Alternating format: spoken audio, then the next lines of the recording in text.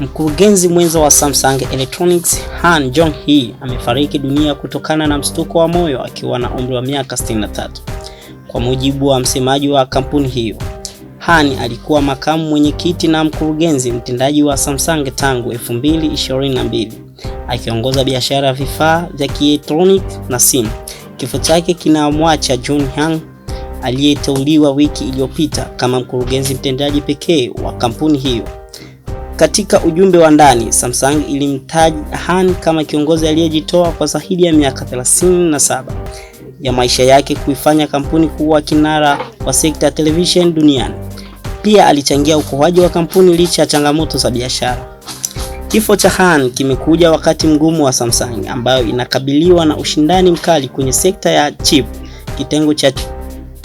Kitengo chake cha semiconductor kimewaacha nyuma na Toei Semiconductor Manufacturing Company TSMC katika utendaji wa chip za kisasa. Aidha, kwenye sekta ya memory chips, Samsung imepoteza nafasi kwa SK Hynix kwenye teknolojia ya High Bandwidth Memory HBM inayotumiwa na NVIDIA kwenye vifaa vya AI.